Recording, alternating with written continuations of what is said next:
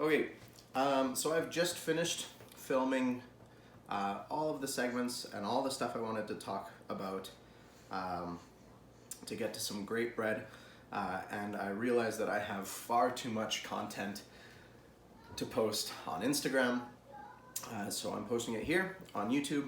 But for those of you who don't want to sit through all of this talk, who don't want to see step by step all the way from the beginning to the end what it takes, I will put some links down below to skip to different sections in the video depending on where your knowledge is, where you're at in your stage of baking, so that if you want to use this as a resource to bake along with, it's easy to skip ahead to where you're at in your process. So yeah, I hope you guys enjoy the video and hopefully it comes in handy for you.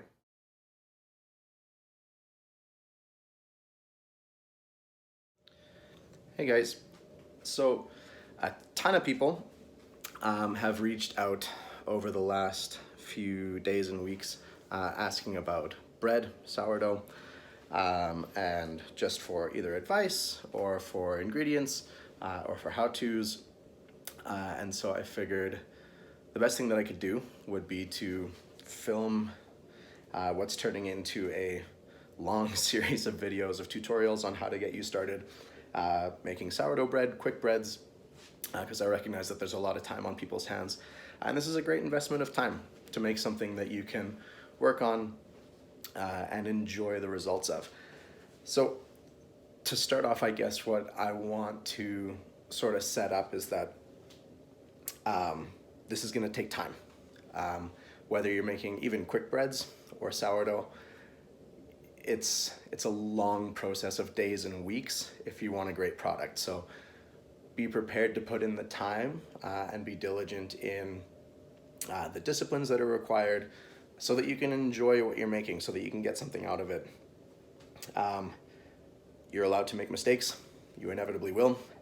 I was terrible at making bread when I first started.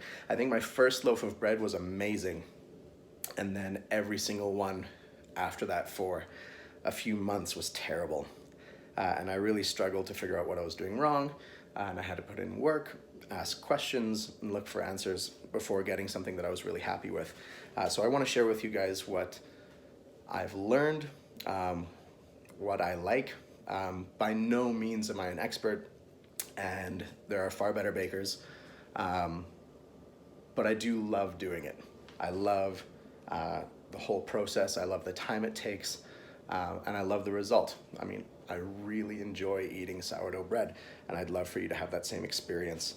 So I'm just going to share with you what works for me, and encourage you to experiment, try new things, make mistakes. The mistakes are still delicious.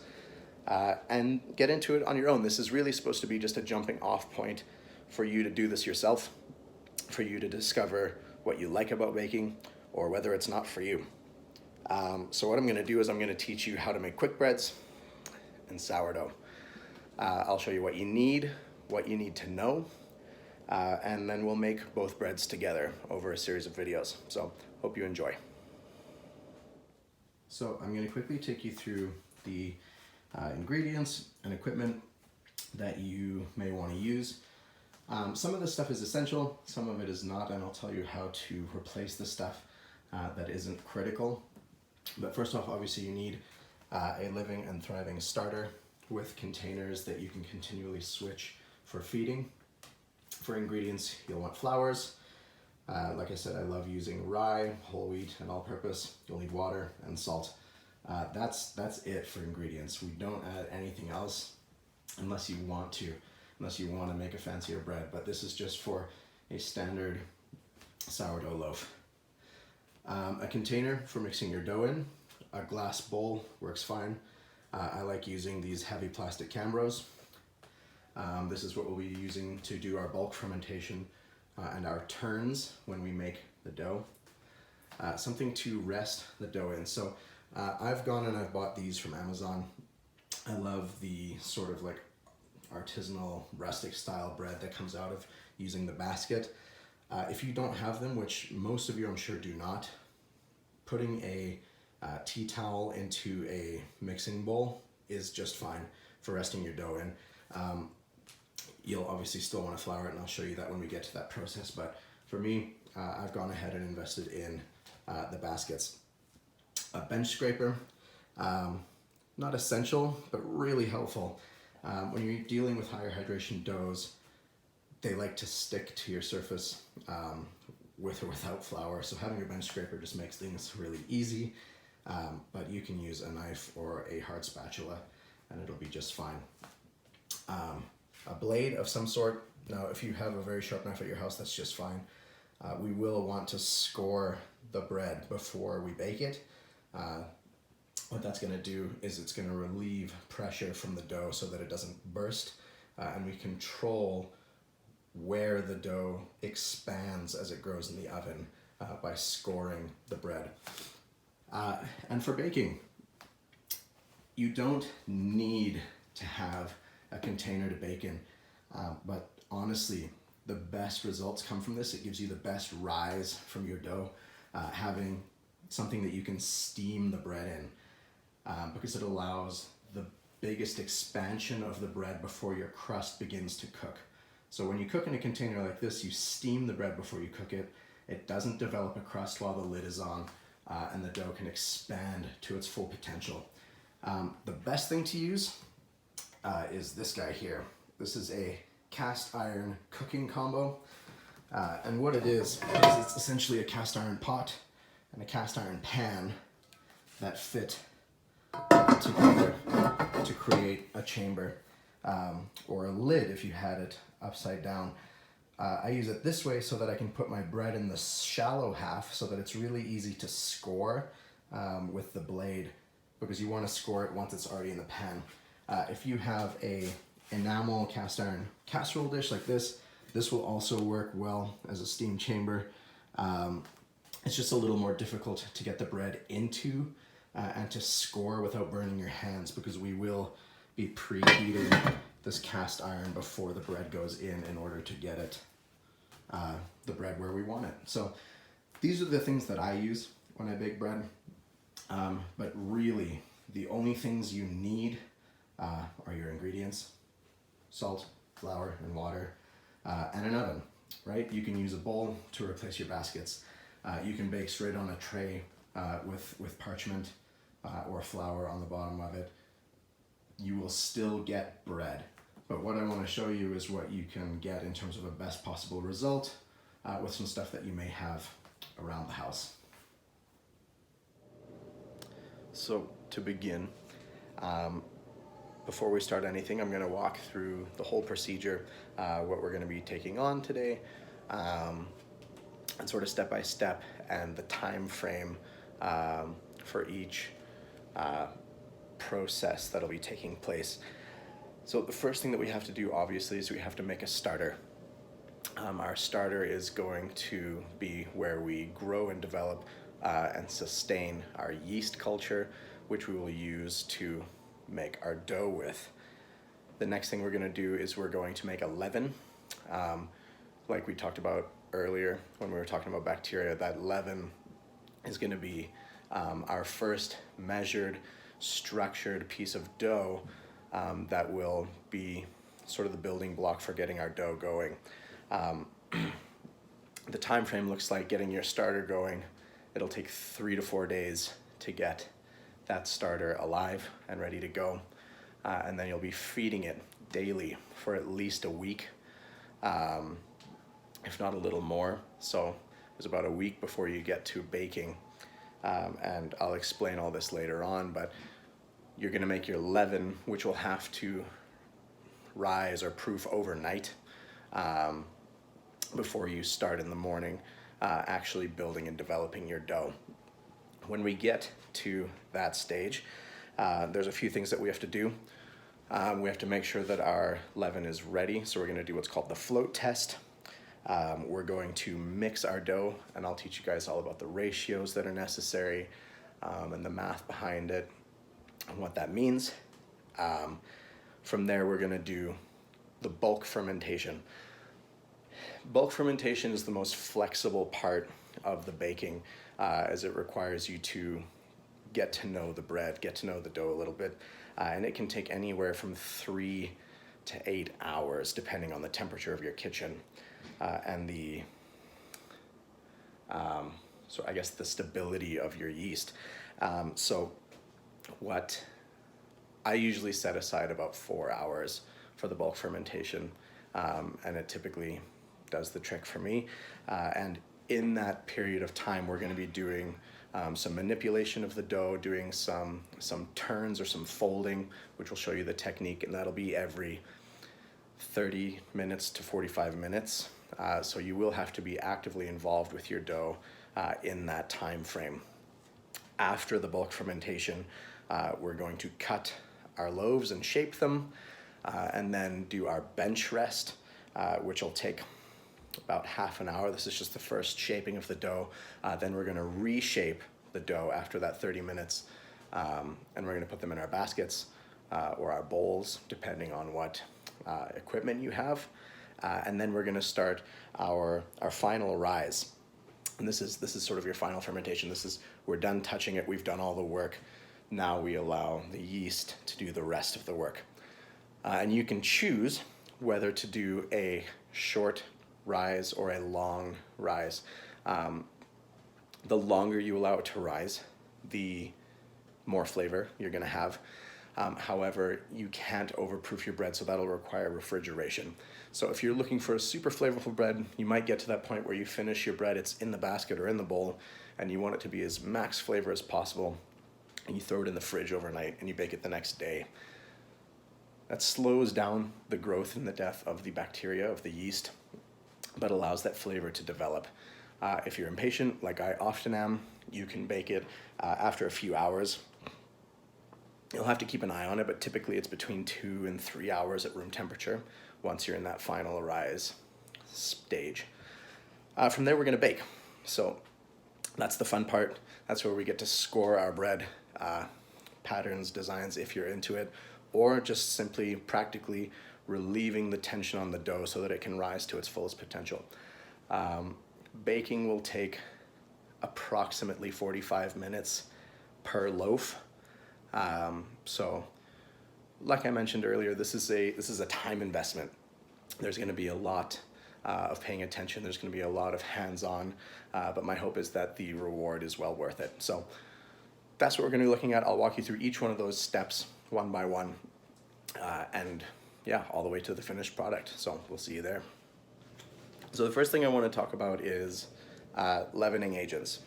Obviously, the best bread is one that rises well, that has either in a sourdough a great crumb, or in a quick bread a good, it's airy, it's light, it's not too dense, with a great crust. But how we get that in each different recipe is a little bit different. In a quick bread, we'll be using a commercial yeast or an artificial leavener.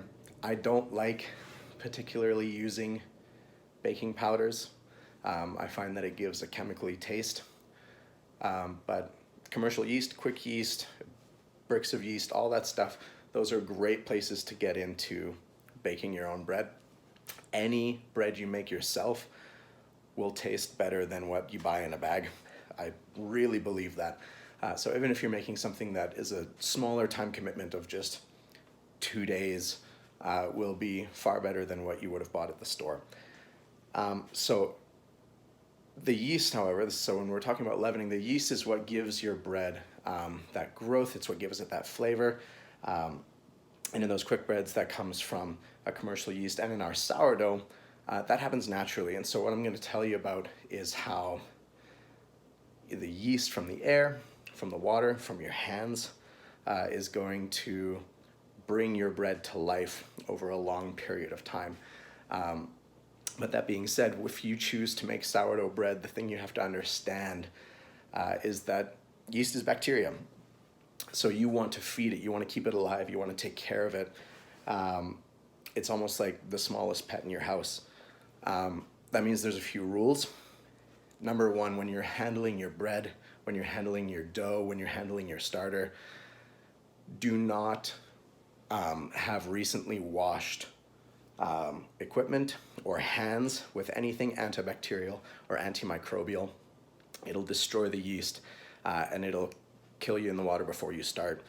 So my suggestion is, I recognize that we're in a time where hand washing is so critical. You may still wash your hands, but if you have washed your hands with antimicrobial or antibacterial soap within half an hour of the time you're working with your bread, rinse your hands off with very hot water. Wash your hands without soap before you start so that they're clean-ish.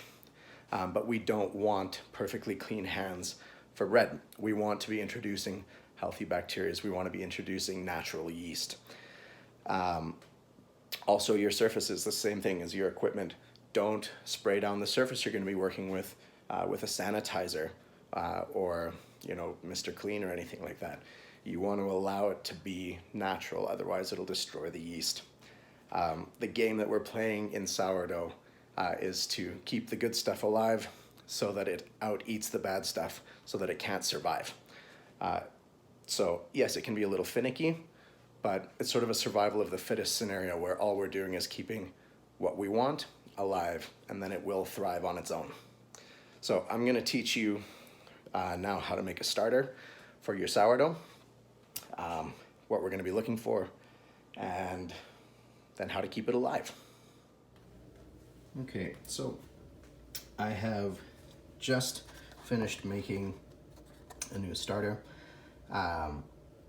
So I'll tell you what I've done. Honestly, all I've done is I've mixed a mix of all-purpose flour and whole wheat flour, 50-50, with equal parts water, and I've mixed this with my hands. This is really important. What we're trying to capture is natural yeast. We are not using any commercial yeast. We won't be using any baking powder. We won't be using any quick rise yeast or even natural yeast. All we're using is what's in the world around us, right? It's what's on our skin, it's what's in the air, it's what's in your water, and that's what we're gonna feed. That's what's gonna give our bread better flavor than what you can buy at the store. It's a longer process, but it's important. So, like I said, make sure that you haven't recently washed your hands with antibacterial soap. You will get nothing if you put any form of soap in here.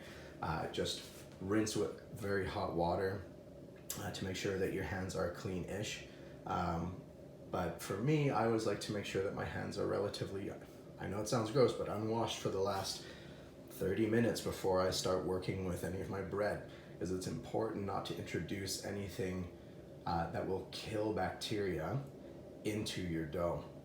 So I've mixed this with my hand, and we've introduced some natural bacteria.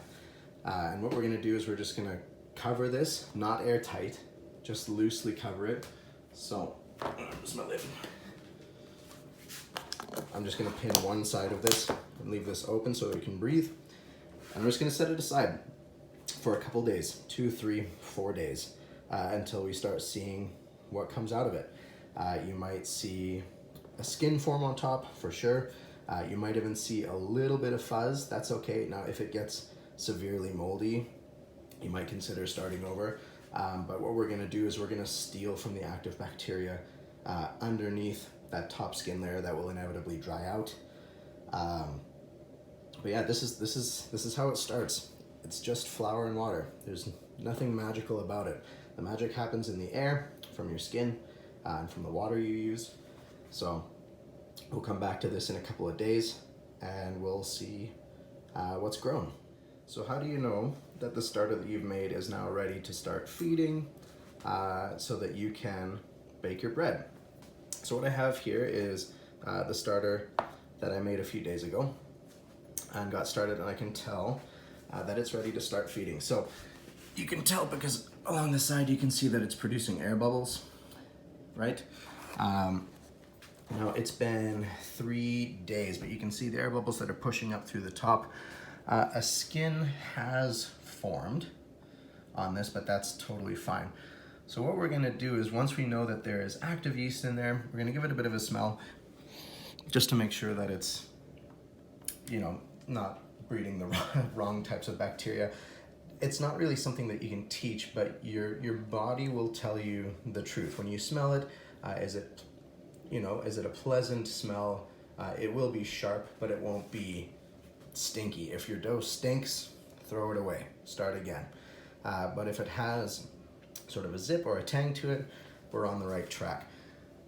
So in order to use this, we're gonna need to feed it. So we need to feed the yeast and the bacteria that are in there because we want that yeast to survive, right? When we talked about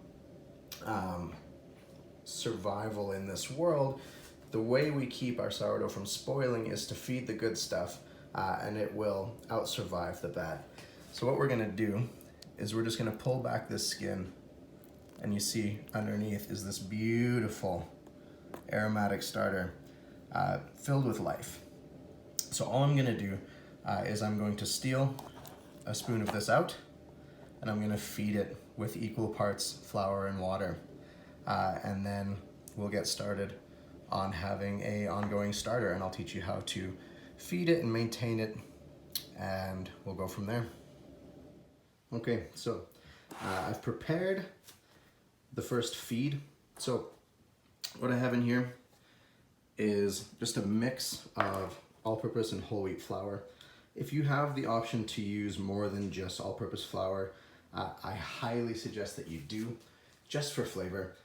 There's nothing wrong with producing white bread using all-purpose flour, but what I find is that when you give the yeast something to feed on that has more flavor in it, you're going to get a far more flavored and textural loaf at the end. And when we do bake, we will be using a mix of flours. I like to use whole wheat and rye. So having that part of the process already so that the yeast is already familiar with feeding on it is really important. So I've got a mix of all-purpose and whole wheat, and I'm just going to add, honestly, 2 spoons of, pardon me, it was really hard to do with one hand, of my starter mix. And then I'm gonna mix it with water until it looks like really thick pancake batter, almost muffin batter. I'm not going to weigh my ingredients for feeding. A lot of people do. I do not. I think that it's really only matters when you begin with your leaven and with your dough.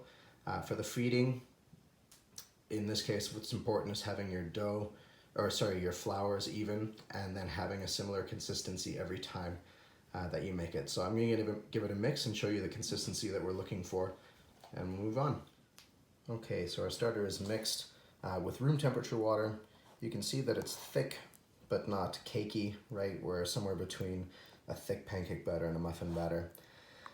So it's a little more than half and half. It's a little more water than flour. But I find that this is the best place for the yeast to get active. I use room temperature water. You don't want to be cold, otherwise your yeast will slow down and it'll mess up your feeding cycle. You don't want it to be hot because you don't want to kill the yeast and the bacteria that are in the flour. So the important thing is that you feed consistently. Once you have started the starter, maintaining it is important. So you want to make sure that you're feeding it at the same time every day with relatively the same amount of flour and water so that it can get into a routine and it'll make your baking a lot easier. So for me, I feed my starter after breakfast and at the same time every day. If you forget for a day, it's okay. But then rather just skip the day and feed it at the right time the next day rather than feeding it late in the afternoon or something like that when you remember. But then get that starter back on track on its routine. And you want to make sure that you have 2 to 3 routine feeds before you start baking so that the yeast is very predictable. Now, with a new starter, you will also want to develop some age. You don't want to start baking with it right away. I suggest feeding it for a week and a half to 2 weeks. You may start earlier, but what I find is that the flavor is better once that routine is established. And right now it's still quite harsh, and so you'll wind up with a less pleasant sourdough if you were to bake with it right away. So I recognize it's a long time, but I would recommend a week of routine feeding in order to get it ready to bake your bread. So once you're on a regular feeding cycle, feeding every morning, how to know that your starter is ready to use. So the starter on the left here is one that's just been mixed, and this is one after several hours. So you can see it rising. We can see that the volume is increasing because of the gas that's being produced by the yeast. So once you see that this is regularly rising and falling, so when I feed in the morning, typically in the evening is when I see the peak of the starter, and then it falls again by the morning, and then you feed it. So every day, if you feed it at around the same time, it'll get into a routine. And then when you're baking, you always want to steal starter from the height of its rise. It's when it's the most active, and it's when it's at its peak in terms of potential for flavor. So what we'll do is when we start our leaven for our bread, we're gonna steal from the height of a rise. So in the evening, we'll start our leaven, and then the morning that we were going to make our dough, we're gonna steal from the height of that leaven as well, because it'll have rested for about the same amount of time. And once your dough is rising, and your starter is rising and falling consistently, is when you can start to bake with it. So it will have a far more pleasant aroma than when you first started. It won't be quite as harsh or strong. It'll smell more sweet when it's at the peak of its rise. But once it's in that routine, you're more or less ready to start baking. So those are the things that we're looking for. Okay, so we have been feeding our starter day after day. It is rising and falling predictably. We've got some beautiful activity happening in there. So now, hey, I'm ready to bake tomorrow, right? The first part of our baking process, as we mentioned before, is the building of the leaven, right? This is what's going to kickstart that dough into action. It's what's going to inoculate the dough and have it filled with that beautiful sourdough flavor. So this will be the first time we really get our scale out and measure. So what we want to do, I've scaled out here 100 grams of all-purpose flour and 100 grams of whole wheat. It's the same mix that we've been using to feed our starter, now measured for our leaven. So the process here is the night before, we're gonna make this and let it build overnight so that tomorrow morning we can bake our bread, or we can start building the dough rather. So what we're looking to do is take 200 grams of our flour mixture, 200 grams of water, so that's equal parts, and you want to be as close as possible to perfect here. I know that the feeding is allowed to be imperfect, but this should be as close to perfect as you can get it, because now we're in the world of beginning organized structure for our dough. So we have our mixture. We're gonna add 2 good sized scoops of our starter in there to get it started. Now I've used warm water, not hot, but warm, just so that I can get this process going. Typically, I don't know if your house is the same as mine, but at night we run less heat in the house than we do during the day because we're sleeping. And so it can slow down the production of the yeast, so giving it a bit of a boost and starting with warm water is an advantage. So I'm gonna mix this up and I'll show it to you when it's done so you can take a look at the consistency that we're looking for, and then we're gonna rest it overnight and we'll start building our dough in the morning. Okay, so the leaven is gonna be a little bit thicker than what we've been feeding our starter with typically. This is more in the world of a muffin batter. It's quite thick, but that's okay. This is exactly what it's supposed to look like, and we're gonna see it rise and become full of activity by the morning time. I'm gonna move this into a different container just so that it's a little easier to see in the video. But at this point, we have officially begun the baking process, and we're starting on really the next 2 days of work to get ourselves to a final product. So well done. All right, so I'm going to show you guys how you know that your leaven is ready. It's risen. I've already kind of smashed it a bit with a spoon, but the leaven has risen overnight into a nice full looking dough with lots of air bubbles. The way you know it's ready to use is if you take a spoonful and drop it into water. It'll float in the water. So that's how we know that the yeast is doing its work, right? It's producing gas. If it sinks to the bottom, leave that leaven, let it go, let it continue to ferment. But as soon as it floats in the water like that, you know that it's ready to start mixing into the dough. Okay, so we have finished with our float test. We know that our leaven is ready to use, so we're going to start building our dough. Some things to understand before we start is we will be working only in weights and ratios, so you won't have cups or teaspoons or anything like that, so it'll be important to use a scale. But now that we know we're ready to go, I'll share with you what I have here, why I have it, and we'll just get started on the dough. Because we're not working with a specific recipe, we'll be working in ratios of weight. So this whole recipe is going to be built around 1 kilogram of flour, and all of our ratios work backwards from there. It's the easiest way to produce a consistent result, and it also makes your math a lot easier. So I have 1 kilogram of flour. It's a mix of all-purpose, whole wheat, and rye flour. So it's 80% all-purpose, 10% whole wheat, and 10% rye. And then I have, working out my hydration in water, I'm looking for an 80% hydration, which is what I find gives me the best loaf. So I will be getting to 800 grams of water. But for now, I only have 750 grams in the bowl, and I'll share with you why in a minute. I also have my leaven that we set out overnight, and that's going to be what kickstarts this dough and gets the fermentation process going.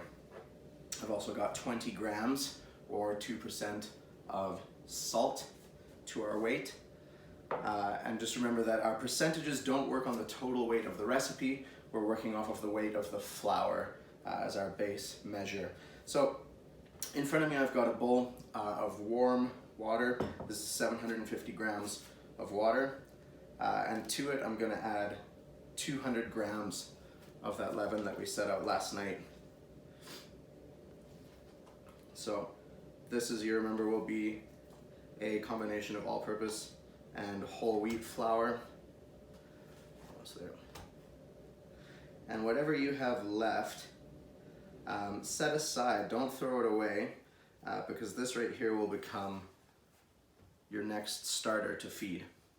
So you can continue on feeding your starter and keep the baking going. So once you have your leaven in the hot water, you want to mix it. Okay, use your hands. All right, and like we said before, it's really important that you haven't recently washed your hands using any antibacterial soap, because it will destroy the yeast that's in there. So you want to get it so that the water is super milky. You want to break down the leaven as much as you can. It doesn't have to be completely homogeneous, that's fine, but just broken down. Once that is the case, we're going to start adding in our flour. Big handfuls at a time, it really doesn't matter, you'll get there. You can throw the whole thing in there if you really want to. And we're just going to start mixing until it comes together. It's going to be thick, it's going to be kind of chunky at first, it's going to be messy, it's going to get all over your hands, and it's going to be hard to clean off. But this is where we get started on our dough. This is where the yeast will start to inoculate all of this flour and water and give us the rise that we want in our final product.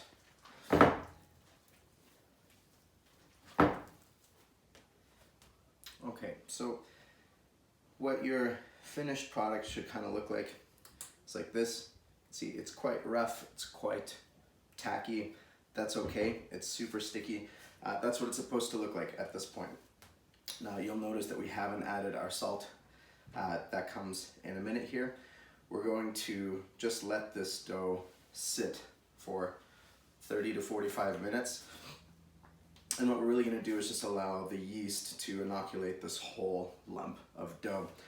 At which point we will give it salt and the rest of our water, our last 50 grams. And then we will mix it and move it into a new container. And then we'll start our bulk fermentation process.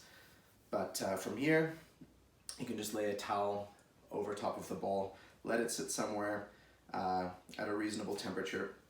And what I mean by that is normally room temperature is great, anywhere between 22 and 24 degrees Celsius. If your house is a little colder, consider using your oven as a proofing box. Don't turn it on and leave it on, you will cook the dough. But if you just switch your oven on for 1 minute and turn it off, it'll make a great spot for you to keep your dough throughout this whole fermentation process. If your house is cold, this process will take a very long time, and you could be baking in the middle of the night if you're not mindful of the temperature of your home. But if your house runs hot, then great, this will happen on its own. That's the reason I started with warm water. My house sits just below 22 degrees, and so bulk fermentation often takes a very long time. So if I start with warmer water, I can kickstart the yeast so that I have a bit of a head start rather than using the oven as a proofing box. So cover your bowl, let it sit for 30 to 45 minutes, and then we'll come back and we'll get our salt and I'll find final water in, and I'll talk you through the bulk fermentation process. Okay, so our half hour has passed. So you can see that the dough looks a little less torn and tattered. It's starting to come together on its own. It's getting a little smoother. So what we're going to do now is we're going to finish the last part of our ingredients for the dough, which is 20 grams salt, which I'm just going to spread over the top, and our last 50 grams of water. So this will bring our water up to 800 grams for the recipe, which is as a fraction of 1 kilogram of flour and 80% hydration. So I'm going to mix this. I'm going to get my hands in there, and then I'm going to move it into a new container. We want a container that we can see through. You can use another glass bowl. I will be using a plastic insert, but I'll show you it once it's complete, and from there we will officially begin our bulk fermentation process. Okay, so as you can see, the dough has come much more together. Just that little bit of water, those extra 50 grams, and that salt. Mix it together with my hands. It'll feel like it's falling apart, like it's squishy and gross. But if you just work it for a few minutes with your hand, it'll come together into a cohesive dough. And so all I've done is I've taken it out of that glass mixing bowl and I've put it into a plastic container. This is where the majority of our work is going to happen. I prefer using a square container like this because I think it makes the folding easier. If you don't have one, obviously a glass bowl is fine. The technique will still remain the same. But moving from here, we're in our bulk fermentation stage. This is where we're going to be developing yeast and gluten. This is where essentially we are building the framework for what's going to happen in our bread later on.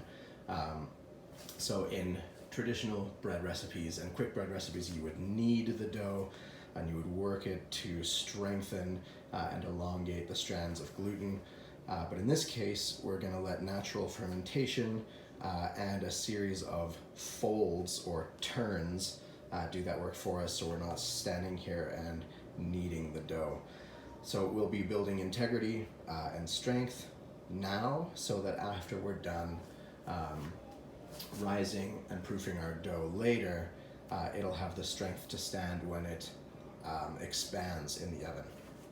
So we'll be moving on to our fermentation process, and I'll show you guys the technique for turning the dough over the next several hours. Okay, so we've let our dough rest now for 30 minutes since we finished mixing it. We saw that it was coming together nicely, that the texture had completely changed, and you'll continue to see that happen. But over this bulk fermentation time, we're going to be doing what I've earlier described as a series of folds or turns. And this is essentially going to replace the kneading process in the bread making. So you can take a look, you can see the dough. What I'm going to do is I'm just going to wet my hands lightly, not soaking, just enough to not let the dough stick. And I'm going to grab the corner of the dough, which will seem quite wet, like putty, and I'm going to pull it up and stretch it and fold it over on itself. I'm going to do that in every corner of the dough. Now, when you work with dough of much higher hydration, this can be kind of tricky. That's why I think hydration around 80% is a great place to start. It provides you with good structure, but it's manageable to work with in this stage, whereas higher hydration doughs in this stage can be very, very difficult to manage. So I've just folded this guy 4 times now. And you want to be gentle. The yeast is now producing gas, but you don't want to be too delicate. Like, this is the time to really work form and shape into the dough. But you can see after folding it, it's tightened up into more of a ball. And as it sits for the next half hour, it will relax, right? And so what we're going to be doing is creating tension, and then as it relaxes over the next 30 minutes, the gluten structure is going to expand and strengthen. So when we come back in half an hour, you're going to see this ball of dough changing form again. And we're going to repeat this process every 30 to 45 minutes for the next 3 to 4 hours. And I'll keep you updated on how the dough should look before we get into the next stage.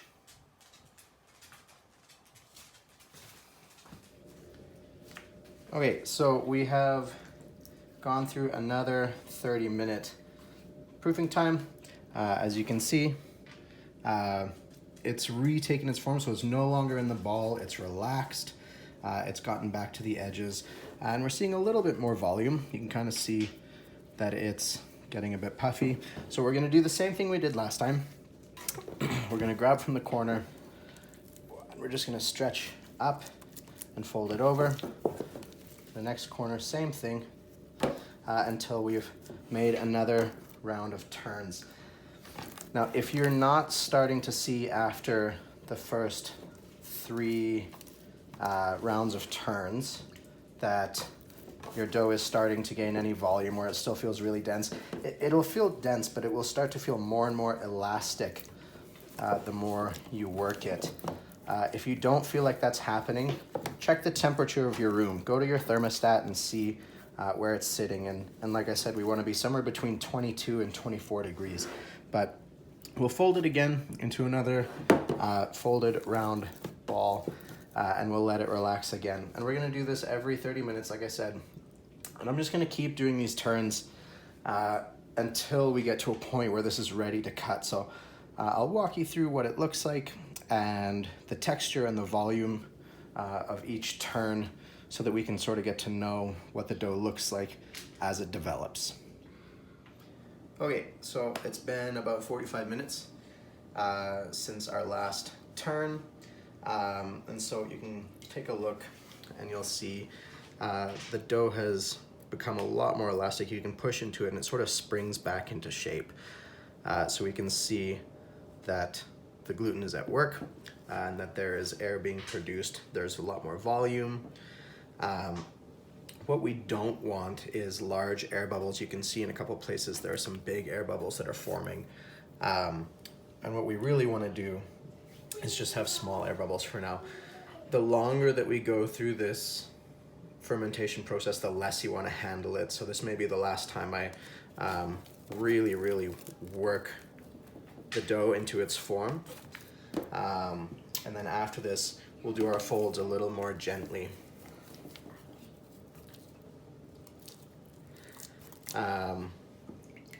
So you'll want to start preserving the air bubbles that are being produced in the dough so that they will expand when it comes time to bake. But for now, we're still handling the dough still gently, but still with firmness. But after this, we'll want to be really delicate with our turns. So you can see that it's holding its structure a lot better. The ball is a lot tighter when we finish folding. I'll go probably 45 minutes before I do another turn. And at that point, we should see some good volume in this dough. And we will be really careful with how we handle it. And I'd say we're probably 2 to 3 turns away from being ready to cut this dough into loaves. So you'll have to learn the texture and the feel of the dough. It doesn't come immediately. It comes as part of experience. So the more you bake, the more you'll get to recognize when it's ready. But look for the telltale signs, which are that springiness of the dough, seeing the volume, and feeling it tighten up as it grows. Okay, so you can see when you look at the dough, it's quite puffy. It looks really smooth. We've got that nice puffy spring. So we're going to divide our loaves. So as we talked about in the equipment, this is where having a bench scraper comes in really handy. Obviously, if you have just any counter space will work, but you're going to lightly dust an area on whatever work surface you're using with all-purpose flour. And then we're just going to remove the whole batch of dough out of our container, leaving nothing behind.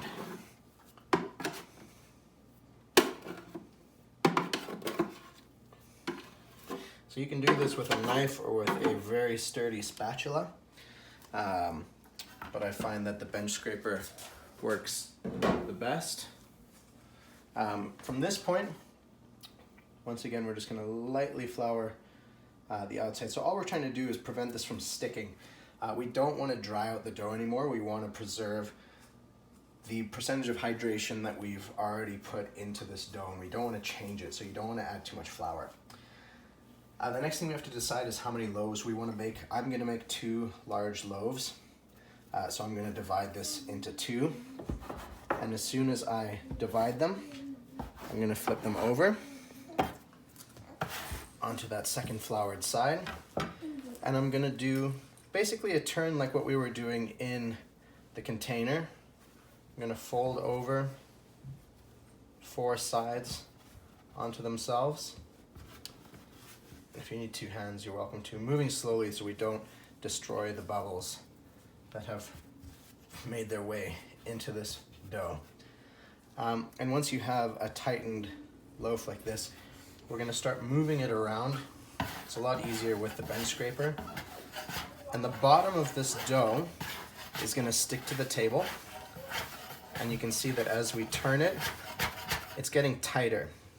And we're creating tension again in the dough.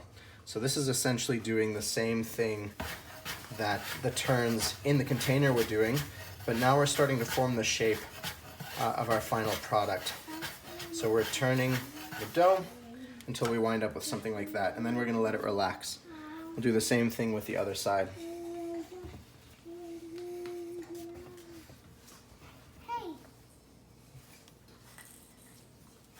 So we're folding it up, flipping it over onto that seam, and we're going to start turning it until the bottom catches and sticks, slowly turning to create tension. And you can see on the surface that the dough is stretching, that it's being pulled underneath itself. So we're going to go, and don't let your hand touch it for too long, otherwise it'll stick. But from here, we're going to lightly dust these 2 loaves. We're going to cover them with a towel, and we're going to let them sit for another 30 minutes before we check on them. This is called the bench rest.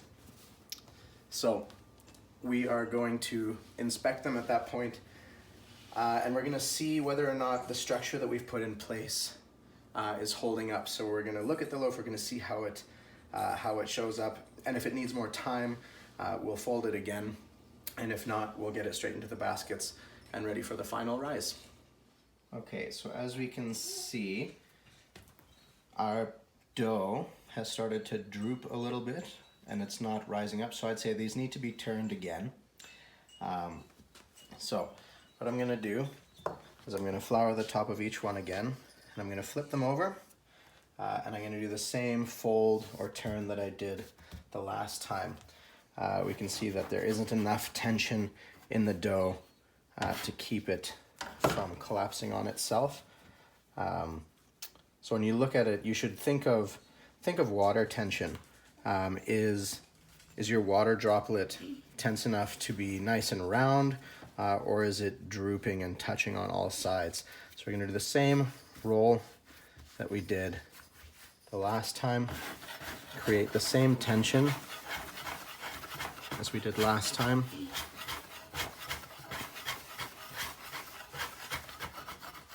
I'm just going to show you that angle again, and you can see how it's curved out. It doesn't droop straight down, and this is what we want to see. This dough will relax again after the next half hour, but we should be able to see it rounding out rather than being flat like that one. So I'll fold the other one, we'll rest it for another half hour, and then we'll come back to it, and at that point we should be ready to put them in the baskets. Okay, so our dough has rounded out, it's holding its shape much better. So to finish off this process, we're going into the final rise, which is where we're going to fill our baskets. Like I mentioned earlier, if you don't have a basket, that's fine. Grab a mixing bowl, line it with a towel, and then what we're gonna do is we're gonna flour that towel or the inside of our basket. So this is what it should look like completed. I like to use rice flour. It's just a little lighter. I don't expect many people to have rice flour lying around, so you can use all-purpose flour. But I have a small tea diffuser that I use to lightly coat the inside of the basket. If you just sprinkle it, pinch it, throw it in, that's all fine. But you just want a nice even coat of flour on the inside of your basket or your bowl so that you keep the dough from sticking.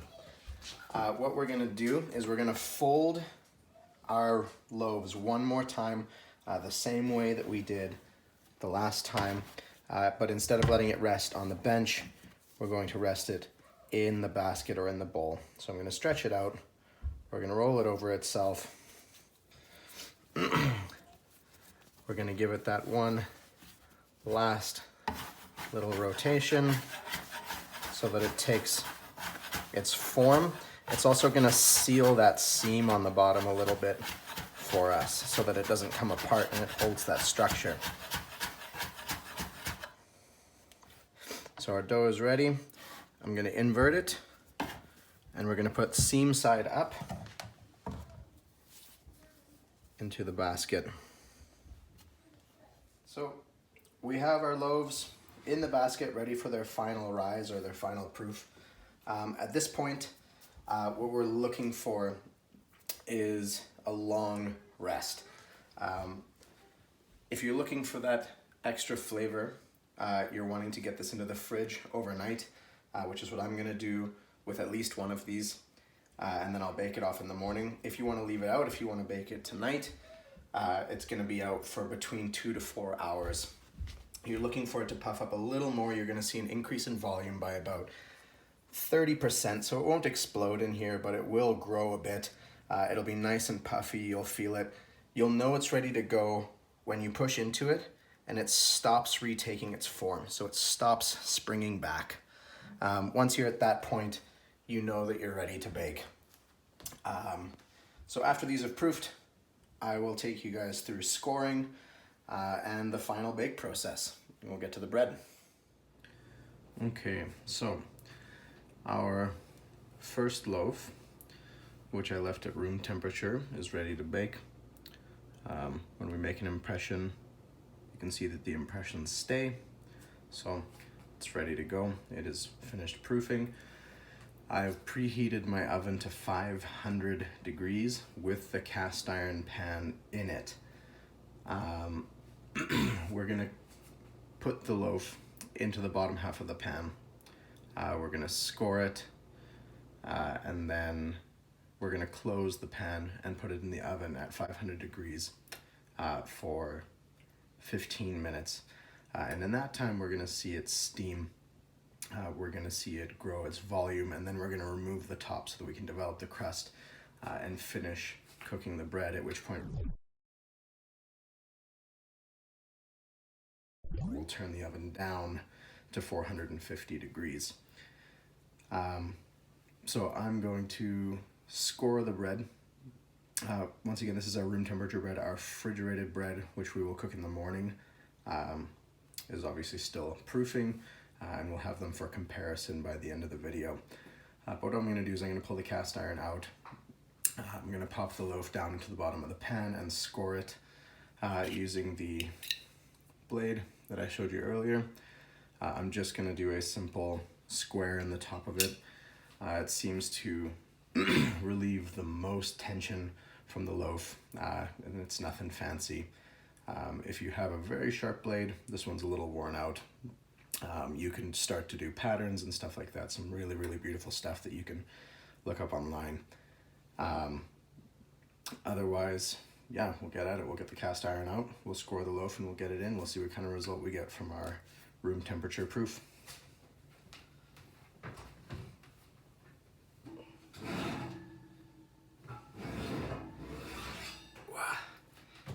And just as a reminder that this is 500 degree cast iron, so be very, very careful. It is life-changing burns that happen here. So something that I'm gonna do is just dust the bottom and the top of the loaf with rice flour to keep any part of this from potentially sticking. So a really light dusting on the bottom, which is where our seam was when we poured this in. We're gonna invert it into the pan, dust it, score it, and close it.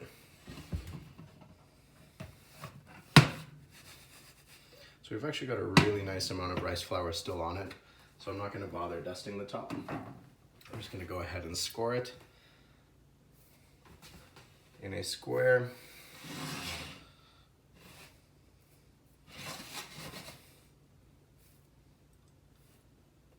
And those strikes are going to open up as our bread expands. So at this point, we're closing it in the 500 degree cast iron. And we're going to get that back in the oven.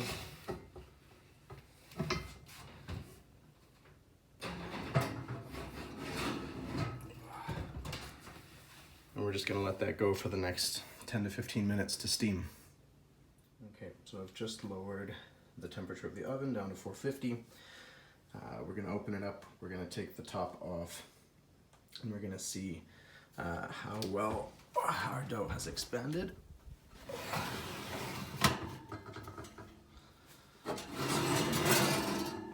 We should see a massive expansion.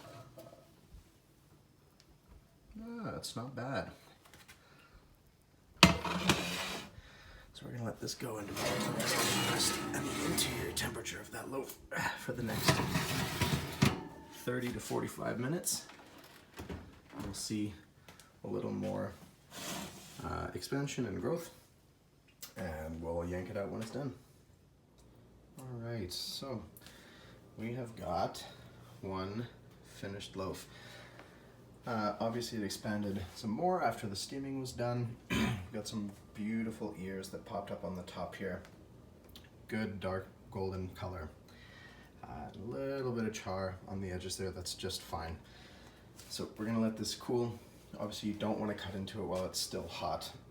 We want the steam to continue working on the inside. So I'm gonna let this rest overnight on the cooling rack. And then I will bake the other loaf in the morning. We'll do a comparison and then final words, and that'll be it. Okay, so our first loaf turned out great. For the second one, we had it proof overnight in the fridge, doing a cold proof. So this one is still coming up to room temperature. And you can see it still has a little bit of spring to it, and I think I'm just gonna bake it anyway. My gut tells me that the first loaf might have been slightly overproofed, so I want to try this one a little bit less proofed than the one we did last night. And that's the cool thing about baking, is you can try new things, you can see what works and what doesn't work. And yeah, there isn't a perfect formula. I'm certain someone has it, but for me, this is what's enjoyable, is getting to learn and understand how the bread feels and how it'll turn out. So I have the oven once again preheated to 500 with the cast iron in it. I'm going to pull it out. We will score the bread and throw it back in, steam it for that 10 to 15 minutes, uncover it, and then let it ride for another 30 to 45 minutes. So this loaf was in for 10 minutes steaming, and then 35 minutes afterwards in the oven. So a total of 45 minutes. I'd like to push the color a little harder on the next loaf, so we'll probably get closer to an hour. But I really appreciate the flavor that comes from really darkening the crust and the depth of flavor that it provides. So we'll get the cast iron out, we'll score this loaf, and we'll get started.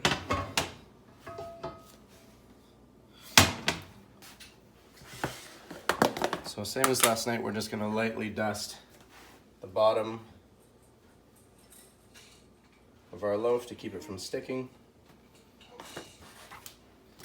And we're going to invert it into the bottom half of our double cooker. I'm done. Okay, so we're going to score in the same square pattern as yesterday.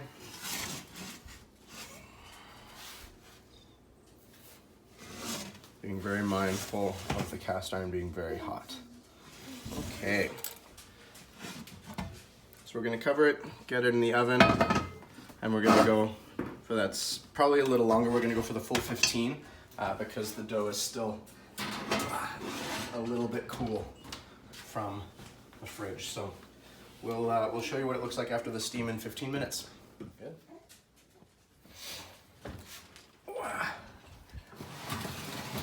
Okay, so we've been in for 15 minutes. Awesome, so we've seen a lot of expansion, even more than on the last loaf. So we'll start with 30 minutes and go from there, but I'd say we're likely gonna go to about 45 minutes in the oven with the temperature drop down to 450. And we'll try and get some good color on the loaf. Okay. So the loaf has been in for 35 more minutes after the initial 15, and I think we are looking great.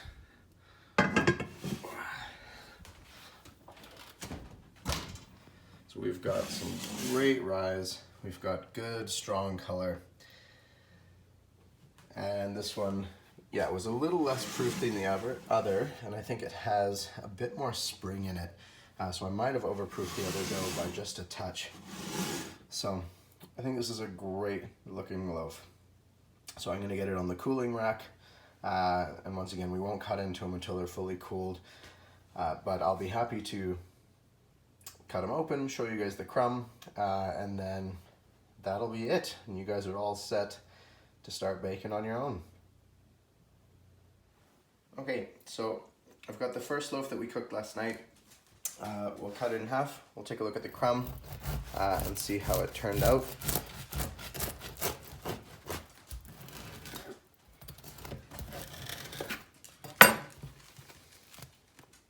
Awesome. That looks really great. So we've obviously got a lot of activity. We have a couple of those big air bubbles in there. So it's not perfect. This is the kind of stuff that'll have a lot of flavor. Makes it a little difficult to spread jam onto, but you can see how active the yeast was. So not a bad start. I'm excited to look and see where the other one got to. Okay, so this is the loaf that we did this morning. A little darker in color, so we'll probably get a little bit more flavor out of this one. So I'm going to cut it open. We'll compare the crumb to the one that we baked last night, and we'll see which one turned out better.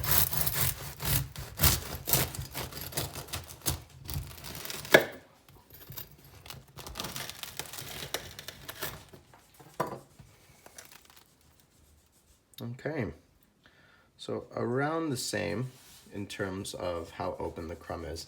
So we'll take a look at the other one. So this guy up here was the one from last night, and this one was from this morning.